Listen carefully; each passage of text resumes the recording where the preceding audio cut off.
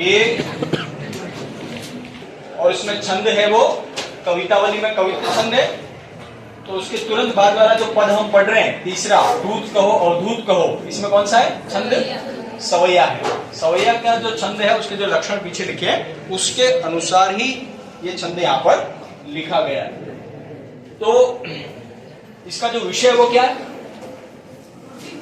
तुलसीदास जी का जो समय था या उस समय का जो समाज था, उस समाज में अगर धर्म और जाति के नाम पर किसी प्रकार की ऊंच नीच और भेदभाव अगर होता था तो उसका उल्लेख उन्होंने किया है और उसका समाधान को किस रूप में देखते हैं। इससे पहले उन्होंने विषम सामाजिक परिस्थितियों का, रोजगार का संकट, दो वक्त की रोटी का संकट कुछ अलग तरीके से ऊपर के दो कवित्व में दिखाया है। यहाँ पर दूसरा सामाजिक संकट है, उसको हम कह सकते हैं जातिवाद, या उसको हम कह सकते हैं समाज के लोगों की व्यंग्य प्रवृत्ति। एक आदत होती है कि दूसरा क्या कर रहा है, उसकी जाति कौन सी है, उसका काम क्या है, लोग उसको क्रिटिसाइज किया करते हैं, जाति के आधार पर देखा करते हैं। कबीर ने कहा है, जाति न पूछो साधु की, पूछ लीजिए ज्ञान, मोल करो तलवार का, पड़ा रहने दो ज्ञान। मूल्य तलवार का है, उस तलवार के ऊपर जो कवर पहनाया जाता है उसको कहते हैं म्यान। उसके ऊपर चाहे कितने ही हीरे मोती जड़े हुए हो, लेकिन उस म्यान में से तलवार जब निकलती है वो अगर चमकदार है, धारदार है, जरूरत पड़ने पर काम आ सकती है, तो बस यही चाहिए। उस तलवार का और उसकी धार का महत्व है। और ऊपर चाहे कितने ही म्यान पर हीरे मोती जड़े हों और तलवार जो है उसमें धार नहीं है, जंग लगी हुई है, नहीं। कहने का आशय क्या है? महत्व तो जाति का नहीं है, बल्कि जाति से भी ऊपर जो कर्म आप करते हो वही आपके मूल्य का निर्धारण करता है। जाति न पूछो साधु की, पूछ लीजिए ज्ञान, मोल करो तलवार का, पड़ा रहने दो ज्ञान। वैसे ही कुछ बात इस सवैये के अंदर देखी जा सकती है।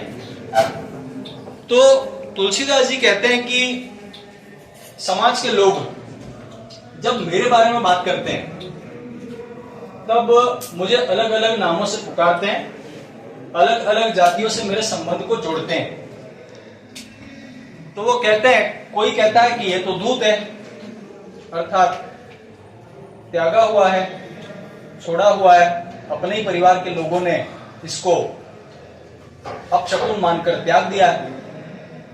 कोई ये कहता है कि ये अवधूत है, अवधूत अर्थात सन्यासी, घर को त्याग देने वाला।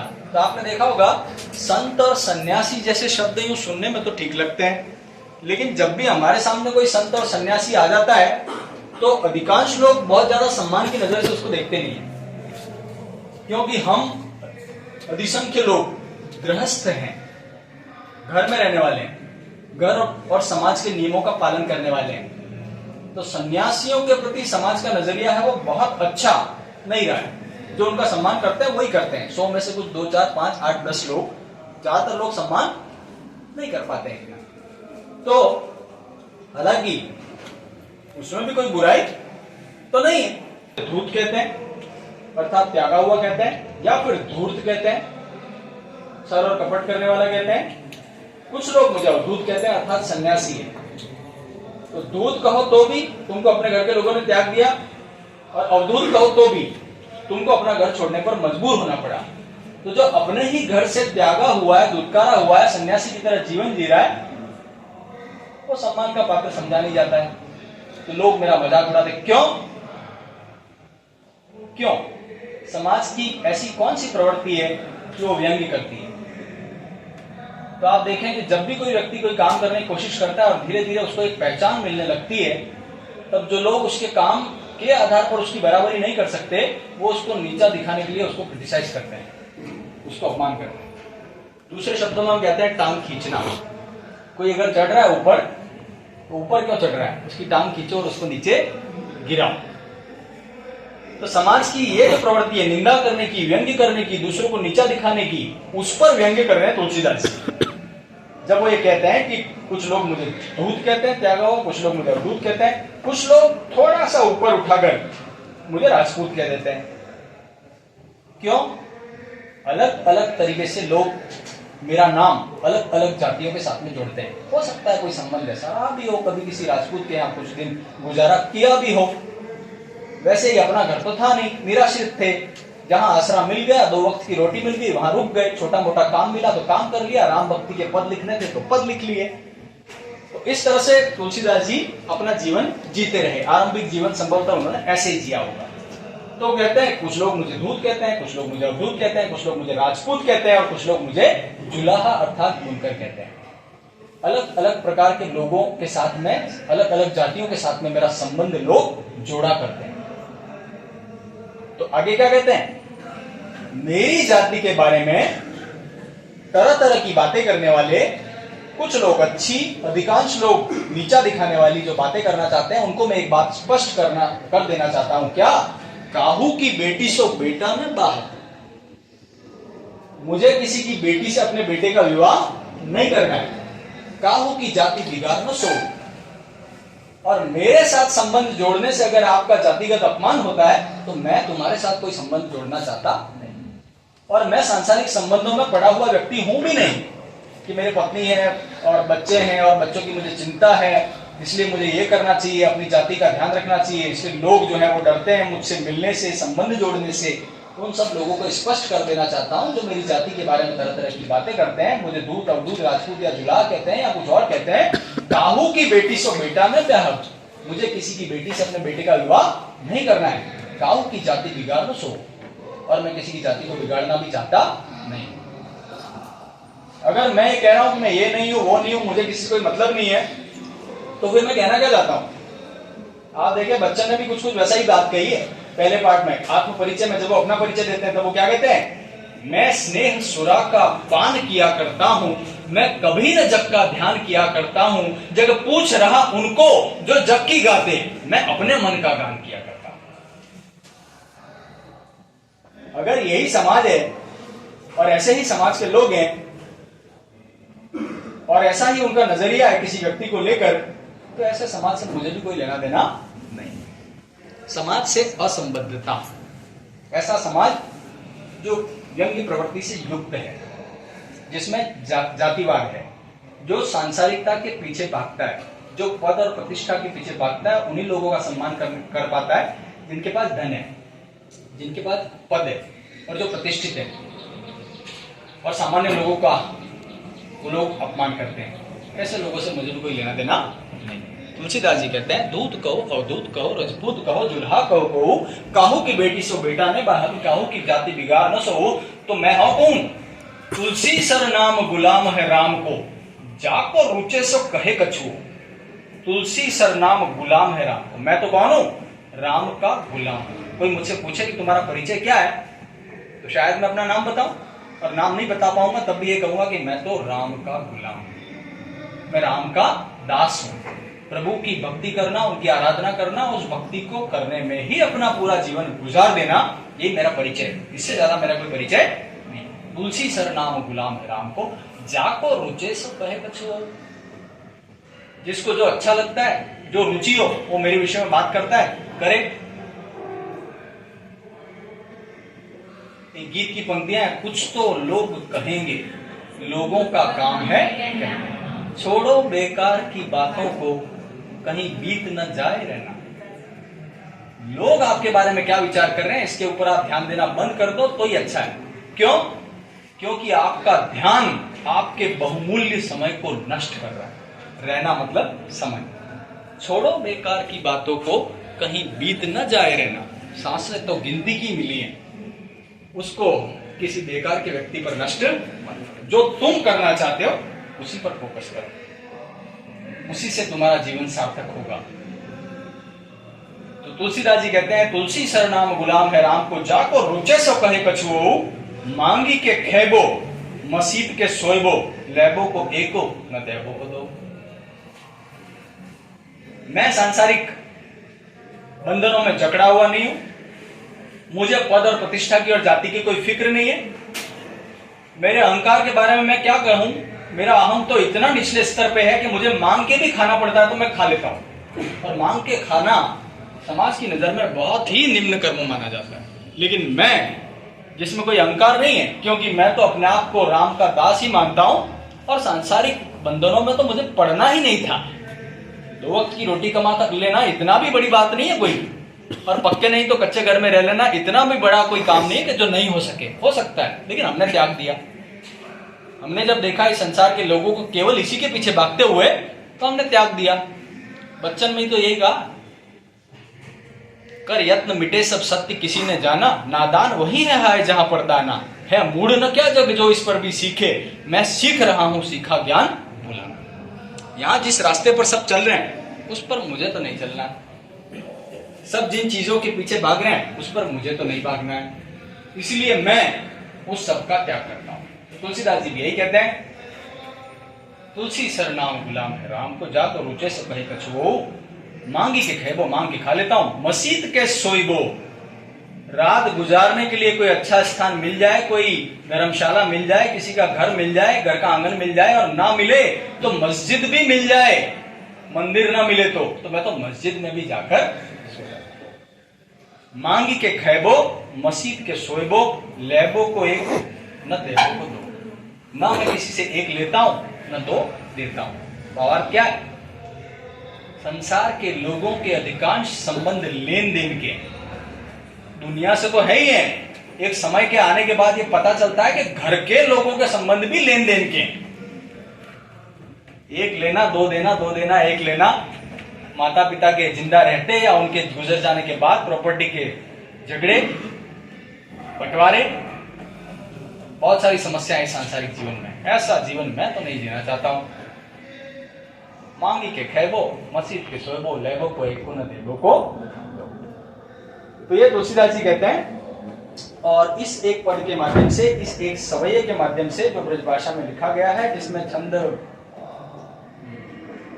प्रांतिमान विरोधाभास मानवीकरण जैसे अर्थालंकार जब दिखाई दे तो उसका उल्लेख आप करें। समय के साथ में अपने स्तर पर पढ़ते पढ़ते ये समझ आप में विकसित हो जाएगी कि आप इस बात का पता लगा लोगे कि यहाँ अलंकार कौन सा है, यहाँ छंद कौन सा है, और उसका उल्लेख मुख्यतः 2 प्रश्नों में करना चाहिए।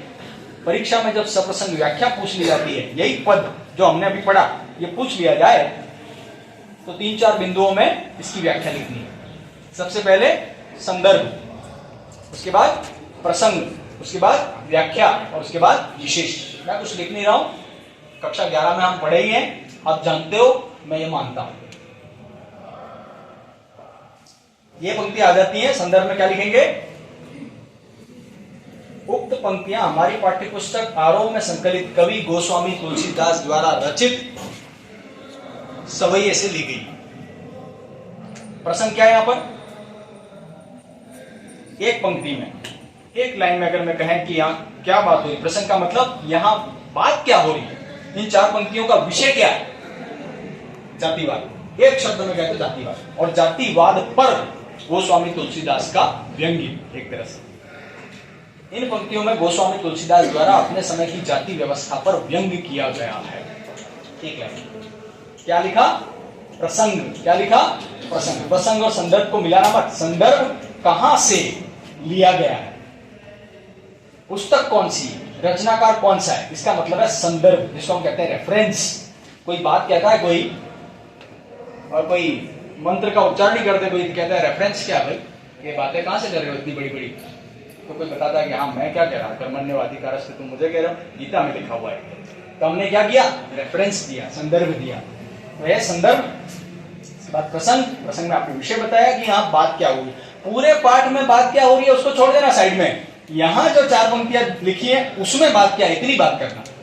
उसमें ये बात मत करना कि खेती ना किसान को और वहां तो अकाल पड़ गया था, वो बात मत करना, वो यहां पर नहीं है। यहां प्रसंग जो है उसी की बात करना, जाति व्यवस्था, जाति व्यवस्था पर व्यंग्य। 1 से 2 पंक्तियों में प्रसंग लिखा जाएगा, 2 पंक्तियों में संदर्भ लिखा जाएगा, और व्याख्या जब करने की बात आएगी तो ये आप पर डिपेंड करता है, आपकी क्षमता पर डिपेंड करता है कि आप कितना लिख सकते हो और कितना अच्छा लिख सकते हो। इस व्याख्या में कम से कम 1 प्रश्न परीक्षा की कॉपी का लिखा जा सकता है, अच्छे विचारों के साथ में, रेफरेंस के साथ में, कुछ अपनी तरफ से उदाहरण पूर्वक बात समझाते हुए भी आप लिखो तो लिख सकते हैं। जो हमने यहाँ जिक्र किया ऐसा भी कुछ आप लिख सकते हो अपने उत्तर को और आकर्षक और प्रभावी बनाने के लिए। बहुत ज्यादा विस्तार भी नहीं करना है, लेकिन क्योंकि पद्य में भाव होते हैं, भाव छुपे हुए होते हैं, कुछ विचार भी होते हैं। और पद्य लिखने वाला जो कवि है वो थोड़े में बहुत कहता है, घड़े में सागर बनता है। तो जब आप व्याख्या करें तो आप उस घड़े को उल्टे तो पानी फैल जाएगा। व्याख्या जब होगी तब वो कुछ विस्तार से ही होगी, क्योंकि व्याख्या में कुछ समझाने लायक बात है। तो आप जब उसको लिखोगे, डिस्क्राइब करोगे, वर्णन करोगे उसका, तो एक अच्छी व्याख्या हमको करने की कोशिश करनी चाहिए। पढ़ते समय सारे विचारों को अपने माइंड में लाना चाहिए कि यहाँ क्या बात हो सकती है, क्या बात हो सकती है, और फिर आप लिखें। और ये लिखना कैसे बेहतर होगा? अभ्यास से।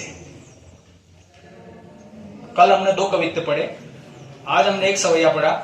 शाम को घर जाकर बैठ गए, पुस्तक खोल के उस पद को आपने देखा और देखकर आपके मन में जो विचार आ रहे हैं क्रमशः उसको आप लिखो। ये अभ्यास अगर आप कर लेते हो तो आप ये समझना ये आपका मौलिक अभ्यास है। हमारा मौलिक अभ्यास बहुत कम है। हम अपने स्तर पर जाकर बहुत कम लिखते हैं। प्रायः जब गृह कार्य दिया जाता है तब हम किसी गाइड का सहारा लेकर गृह कार्य निपटा लेते हैं, या फिर किसी दूसरे की कॉपी को लेकर अपना काम कर लेते हैं। लेकिन परीक्षा में प्रश्न जब आता है तब मौलिक प्रश्न पूछा जाता है, और आपको परीक्षा के दिन बिना किसी से पूछे, बिना किसी को देखे, केवल अपने ज्ञान, अपने अनुभव और अपनी राइटिंग स्किल्स के आधार पर उस प्रश्न का उत्तर लिखना है। लेकिन बड़े ताज्जुब की बात है कि यह अभ्यास अधिकांश लोगों का होता है, 90% लोगों का तो नहीं होता है। मैं मेरिटोरियस स्टूडेंट है उनकी बात नहीं कर रहा हूं। हमारे विद्यालय में 90+ जाने वाले भी हैं, जो किसी भी समय कुछ भी लिखने को दे दिया जाए तत्काल बैठ के लिख सकते हैं। लेकिन ज्यादातर लोग एक तरह से अंधेरे में चल रहे हैं। जिस आधार पर अंत में आपकी परीक्षा ली जा रही है उसका अभ्यास प्रतिदिन हमारा कितना है? मौलिक लेखन का। कक्षा 11 और 12 के विद्यार्थी से ये अपेक्षा की जाती है कि आप हिंदी साहित्य पढ़ रहे हो तो एक छोटी मोटी कविता तो आप ही लिख डालो, 2-4 लाइनें तो आज लिख डालो। कुछ नहीं लिख सकते तो शाम को सोते समय एक डायरी में लिख डालो कि आज का मेरा अनुभव क्या है। 5-10 लाइन, एक पेज, क्या हम नहीं लिख सकते? लिख सकते हैं, लेकिन मौलिक लेखन है, आपके विचार है। जब हमारे स्तर पर कुछ करने की बात आती है तब हम घबराने लगते हैं, तब हम लिख नहीं पाते। लेकिन इसका अभ्यास करना चाहिए। ये बहुत सामान्य सी बात है, कोई ऐसी बड़ी बात नहीं है। जैसे ही आपका अभ्यास शुरू हुआ वैसे वैसे आपका स्तर जो है वो धीरे धीरे बढ़ता जाएगा, और फिर एक समय ऐसा आएगा जब आपका लेखन बहुत अच्छा होगा, बहुत प्रभावी होगा। और मैं इसलिए कह रहा हूं, आप साइंस के स्टूडेंट हैं, आप अंग्रेजी के स्टूडेंट हैं, अंग्रेजी माध्यम के हैं, उसके बावजूद हम ये ना भूलें कि हम जिस क्षेत्र में रहते हैं वो हिंदी भाषी क्षेत्र है। हम हिंदुस्तानी हैं और हिंदी ही हमारी पहली भाषा, अंग्रेजी दूसरी है। और जिसने अपनी भाषा पर गर्व नहीं किया, जिसकी अपनी भाषा में कोई कमांड नहीं है, जो अपनी भाषा को सीखने में और लिखने में सम्मान महसूस नहीं कर सकता है, दुनिया में जाओगे तो वो सम्मान नहीं मिलेगा तुमको कहीं। दुनिया तो उन्हीं का सम्मान करती है जो अपना सम्मान करना जानते। लिखना ही चाहिए अपनी भाषा, मातृभाषा में। तो ये दूसरा पद था, और उसके तुरंत बाद जो इस पाठ में शुरू हो रहा है थोड़ा विस्तार से, वो क्या है? लंका कांड, रामचरितमानस का। पुरानी जो रामायण की वो भी 7 अलग अलग अध्यायों में बटी हुई है। बालकांड, अरण्यकांड, बालकांड, अयोध्याकांड, अरण्यकांड, किष्किंधा कांड, सुंदरकांड, लंकाकांड और उत्तरकांड। लंकाकांड और उत्तरकांड। उत्तरकांड बाद का, जब राम वनवास से लौटकर आगे वापस अयोध्या, उसके बाद की कहानी। और उससे ठीक पहले लंकाकांड, अर्थात लंका में है, रावण के सम्मुख है, युद्ध होने वाला है, युद्ध हो रहा है, उस समय की घटनाओं का वर्णन कहां किया गया? लंकाकांड। उस लंकाकांड की घटनाओं में से किसी एक घटना को जो बहुत मार्मिक है, उसका तुलसीदास जी ने किस प्रकार से वर्णन किया उसको हम पढ़ेंगे। ठीक है, लाओ बेटा दो एक बार।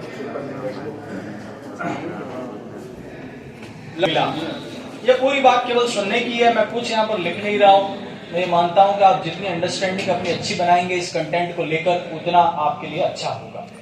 आप कहीं कुछ चाहते हैं विशेष लिखना, तो आप पे डिपेंड करता है कि आप कैसे लिखेंगे।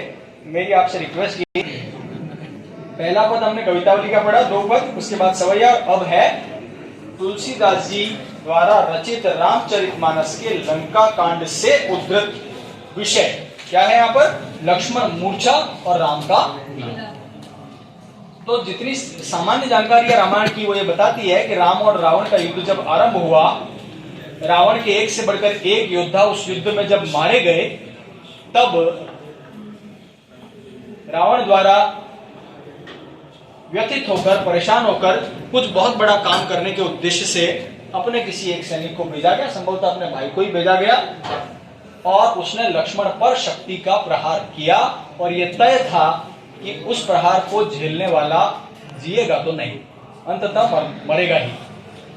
अब लक्ष्मण मूर्छित हुए, और लक्ष्मण के मूर्छित होने के बाद उस युद्ध भूमि का परिदृश्य जिस तरह से बदलता है, राम जो है, राम का मानवीय चरित्र कैसे दिखाई देता है, इस पूरे पाठ में एक और खास बात है जिसका शायद हमने पहले जिक्र नहीं किया। तुलसी के राम जो है वो मानवीय रूप में राम है, वो ईश्वरीय रूप में होते हुए भी ईश्वरीय रूप में नहीं है। तो वो दुखी भी होते हैं, वो रोते भी हैं, वो जब बहुत भावुक हो जाते हैं तब सही गलत की चिंता किए बिना कुछ बातें भी बोल देते हैं, वो ऐसे राम।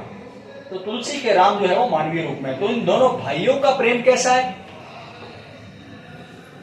उस परिवार में रिश्तों के प्रति समझ कितनी गहरी है, भाई भाई का संबंध क्या है, पति पत्नी का संबंध क्या है, पिता और पुत्र का संबंध क्या है, माँ और पुत्र का संबंध क्या है, प्रजा के प्रति राजा का दायित्व क्या है, संबंधों का जो आदर्श है वो आप रामायण में खोज सकते हैं। आप दो महान ग्रंथ भारतीय संस्कृति के अगर आप कंपेयर करें तो आप देखें कि दोनों में बड़ा अंतर है, महाभारत और रामायण में।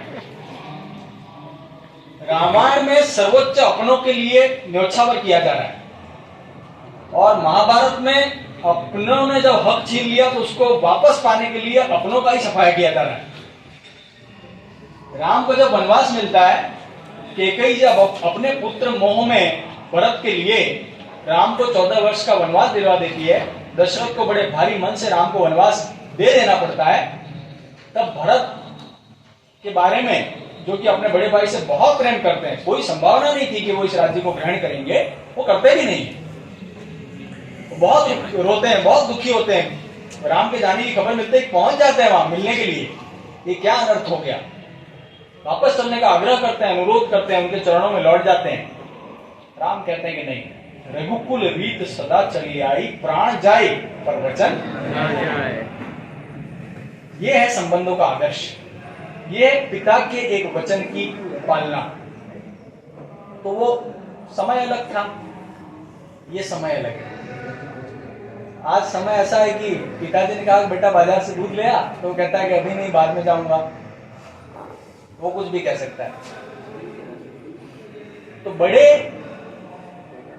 काम जो हैं, आपके पद के अनुरूप जो अपेक्षा आपसे की जाती है कि आप बड़े हो, आप क्या कर सकते हो, राम ने कोई सही गलत नहीं किया, बहुत अन्याय ही हुआ था, बहुत गलत ही था। उस समय की परंपरा के अनुरूप ज्येष्ठ पुत्र ही राजा के बाद राजा था, सरासर गलत हो रहा था, अन्याय हो रहा था, लेकिन फिर भी पिता की आज्ञा को मानकर राम ने उसको स्वीकार किया।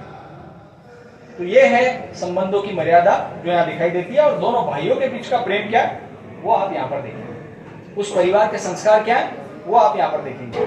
लक्ष्मण मूर्छा और राम का विलाप, राम विलाप कर रहे, रो रहे, अपने भाई के बारे में तरह तरह की बातें जो है वो बोल रहे हैं। क्या कहते हैं, पहले दोहा और उसके बाद में चौपाइयां। तो दोहे में क्या लिखा है, तव प्रताप गुर राखी प्रभु जय हो नाथ, तुरंत अस कही आय सुपाई, पद बंदी चले हो हनुमंत, भरत बाहुबल सील गुण, प्रभु पद प्रीति अपार, मन महु जात सरात, पुनि पुनि पवन कुमार। अब यहाँ जो घटना की, इस घटना का जिक्र है, लक्ष्मण के मूर्छित होने के बाद लगभग मृत्यु के वो कगार पर पहुंच चुके हैं, कुछ उपाय सूझ नहीं रहा है, तब क्या होता है, ये पता लगता है राम की उस सेना में, आपस में चर्चा हो रही है, तब पता लगता है कि यहां पर एक वैद्य जी हैं। पास के वैद्य जी से ही संपर्क किया जाता है, बहुत दूर के अस्पताल में कौन जाए। तो लंका में एक वैद्य जी हैं, क्या नाम था उनका, नाम याद है, मैं थोड़ा नाम मिस हो रहा, सुषेण नहीं है, कोई और है। वो वैद्य जी को बुलाया जाता है, और बुलाने के बाद बुलाया क्या जाता है, हनुमान जी वहां जाते हैं और अपहरण कर लेते हैं, सीधे सीधे निवेदन करते हैं कि आप वैद्य जी हो और आपका ये धर्म है कि जब कोई घायल हो तो उसके प्राणों की रक्षा करनी चाहिए। तो वो देखते हैं कि ये तो हनुमान है, ये तो राम की सेना से है, ये तो शत्रु पक्ष से है, कोई मदद नहीं करता, मैं जाओ। तो हनुमान जी ने कहा कि निवेदन करना पहले हमारा धर्म है, निवेदन में कर चुका, आप माने नहीं, अब आप चलिए। बाँह उठाई और सीधे छलांग लगा दी और कुछ सेकंड में यहाँ से वहां। ये रहे लक्ष्मण जी, इनके प्राणों पर बड़ा संकट है, आपसे निवेदन है कि उपाय बताएं। राम स्वयं हाथ जोड़ के खड़े हो गए और उन्होंने उपाय बताया। संजीवनी बूटी तो यहाँ से कहीं बहुत दूर स्थित है, उस संजीवनी बूटी को अगर ठीक समय पर ले आया जाए तो लक्ष्मण के प्राणों की रक्षा हो सकती है।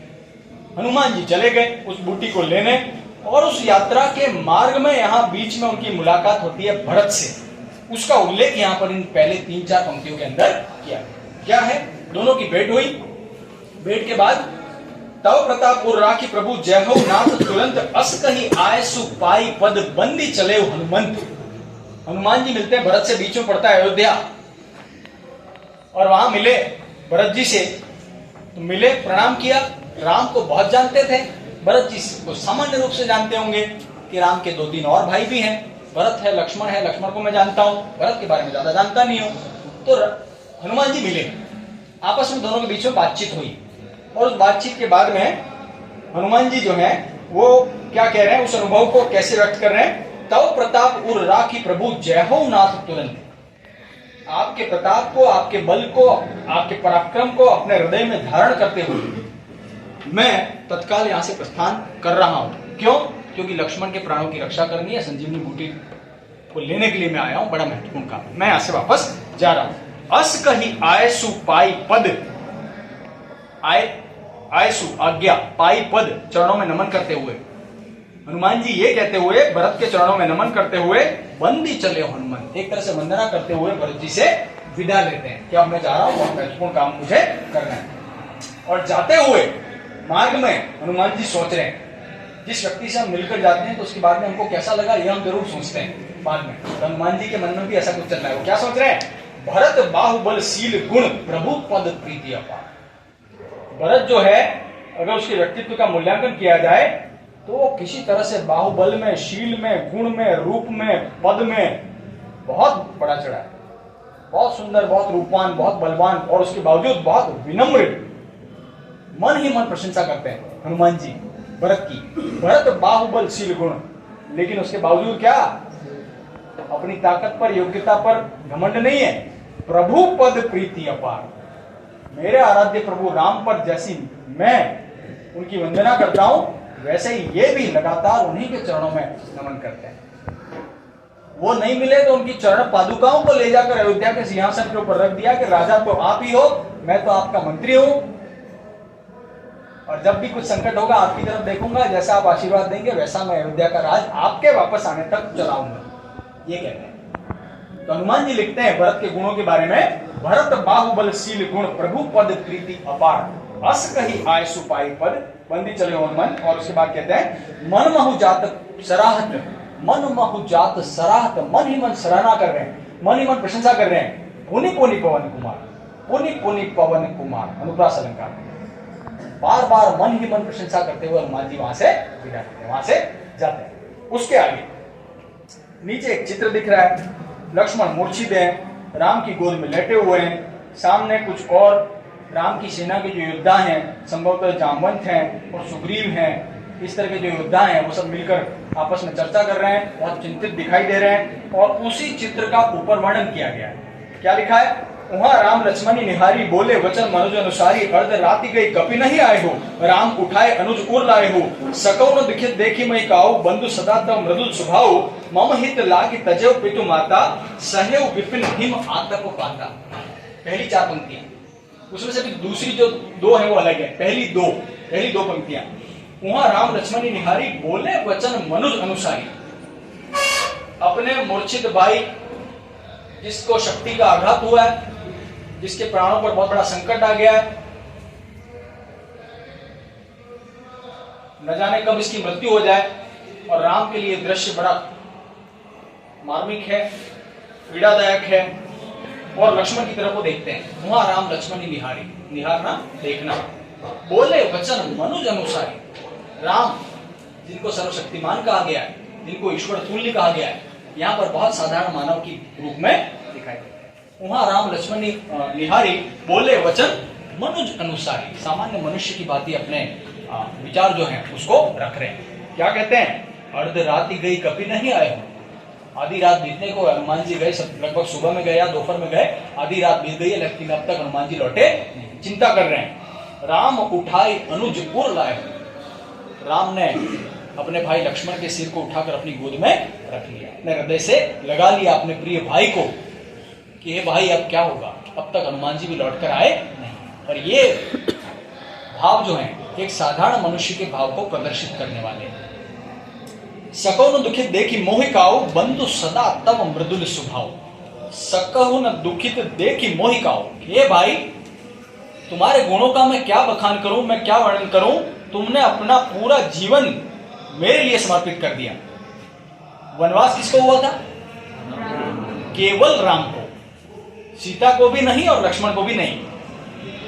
सीता तो इसलिए गई थी कि वो धर्मपत्नी थी, उसने अस्वीकार कर दिया कि मेरा पति वहां वनों में जाकर भटके 14 साल और मैं यहां महलों का सुख भोगूं। नॉट पॉसिबल, मैं आऊंगी तुम्हारे साथ, जैसा भी कठिन जीवन होगा मैं जीऊंगी, भले मैं राजमहलों में रही पली बड़ी बहुत सुख में समृद्धि में, लेकिन मैं तुम्हारे साथ चलूंगी। यह पत्नी की मर्यादा है। और एक भाई भी है, भाई और भी हैं, लेकिन एक राम से ठीक छोटा भाई लक्ष्मण विनम्र है, भाई का बहुत आदर सम्मान करता है, प्रेम करता है, माता पिता की भी इज्जत करता है, लेकिन जिद्दी भी बहुत है। राम बहुत विनम्र है, लक्ष्मण बहुत जिद्दी है, आसानी से किसी बात को मानते नहीं। जब पता लगा कि ऐसा हो रहा है तो पहले तो बहुत विरोध किया, बहुत पैर पटके, बहुत गुस्सा किया कि ऐसा करने वाला कौन है, उसको ही नहीं छोड़ता हूं अभी। लेकिन जब पता लगा कि भाई तो मान ही नहीं रहे, प्राण जाए पर वचन न जाए, अब क्या करना, मैं भी चलूंगा साथ, और चलूंगा तो चलूंगा। लाख समझाया, लाख दूसरों ने पैर पटक लिए, वो माने, मैं चलूंगा, और वो चल पड़े साथ में। तो राम यही कहते हैं कि तुमने हमेशा मेरे सुख सुविधा के लिए अपने प्राणों को संकट में डाला और हमेशा मेरा साथ दिया है जीवन में। उसको याद करते हुए कहते हैं, सकौ न दुखित देखी मोहिकाओ, तुम मुझे कभी दुखी नहीं देख सके लक्ष्मण, बंधु सदा तव मृदुल स्वभाव, मेरे प्रति तुम्हारा मधुर स्वभाव जो है वो मुझे आज ही सबसे याद आ रहा है। जब कोई बहुत बड़ा संकट आ जाता है अपने किसी प्रियजन पर, उसके पूरे जीवन का चित्र एक क्षण में हमारे सामने आ जाता है। कब कब कहां कहां ये व्यक्ति मेरे लिए आकर खड़ा हुआ था, वो खड़ा हो जाता है वापस हमारी स्मृति में। लक्ष्मण अभी राम की स्मृति में कुछ उसी प्रकार दिखाई दे रहा है, और इसलिए वो कहते हैं, बंधु सदा तव मृदुल स्वभाव, मेरे प्रति तुम्हारा व्यवहार बहुत ही मधुर था। मम हित लागी तजेव पितु माता, मम हित लागी, मेरे हित के लिए, मेरी भलाई के लिए, मेरे कल्याण के लिए, तजेव पितु माता, तुमने अपने माता पिता को त्याग। राम की पत्नी सीता थी, दुनिया जानती है, जय सिया राम, सीताराम कहते हैं। लक्ष्मण की पत्नी कौन थी? उर्मिला। सीता के बारे में अगर वोटिंग कराई जाए तो राम सीता सब बता देंगे, लेकिन लक्ष्मण की पत्नी थी उर्मिला, पता ही नहीं है बहुतों को, तो 90% लोग इस बात को जानते ही नहीं। उर्मिला, लक्ष्मण भी विवाहित थे, उनकी पत्नी ने भी हो सकता है ऐसी जिद की हो, लेकिन पति की जिद के आगे उस पत्नी ने त्याग किया, तो लक्ष्मण के त्याग को और सीता के त्याग को दुनिया ने बहुत बड़ा महिमा मंडन किया, लेकिन उर्मिला के त्याग को नहीं जब किया,